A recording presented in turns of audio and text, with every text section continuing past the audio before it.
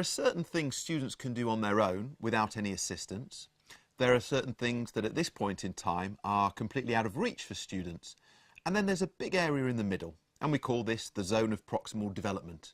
Scaffolding is any assistance students get which helps them to work within that zone of proximal development, so that they're pushing back the boundary of what they can do unassisted.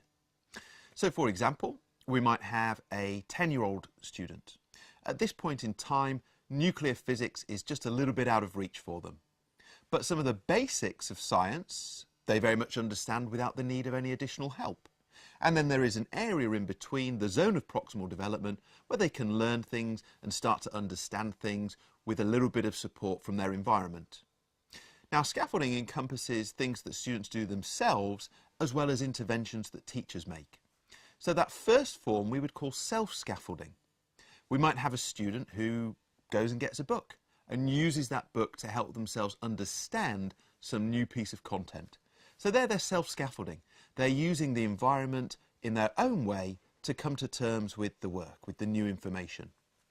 But the scaffolding that we're more familiar with is the interventions we make as teachers. And this is where we step in and offer that extra bit of support to help students do what they can't quite do on their own. And it's for this reason that scaffolding is intimately tied up with differentiation. Because when we're differentiating, we're thinking about how we can help different learners to access the work. And very often, the tool we use is scaffolding. So imagine that we're teaching a lesson and an activity is going on. We look out across the classroom and we see that some of our students are going to need a lot of scaffolding, a lot of intervention from us.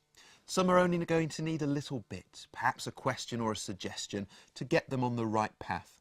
And some students actually won't need any support because they're able to use their own skills and abilities to access the learning, maybe even to push themselves.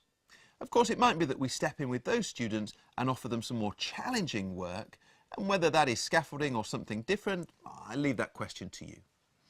But overall, we're thinking that scaffolding is anything that we do as the teacher to help students access the work, to help them get to grips with it when they're finding things difficult. So it's about stepping in, making that intervention, and through doing that, allowing students to do more than they could do on their own. Golden nugget. Scaffolding is the various strategies and techniques we use to help students go beyond what they can do unassisted.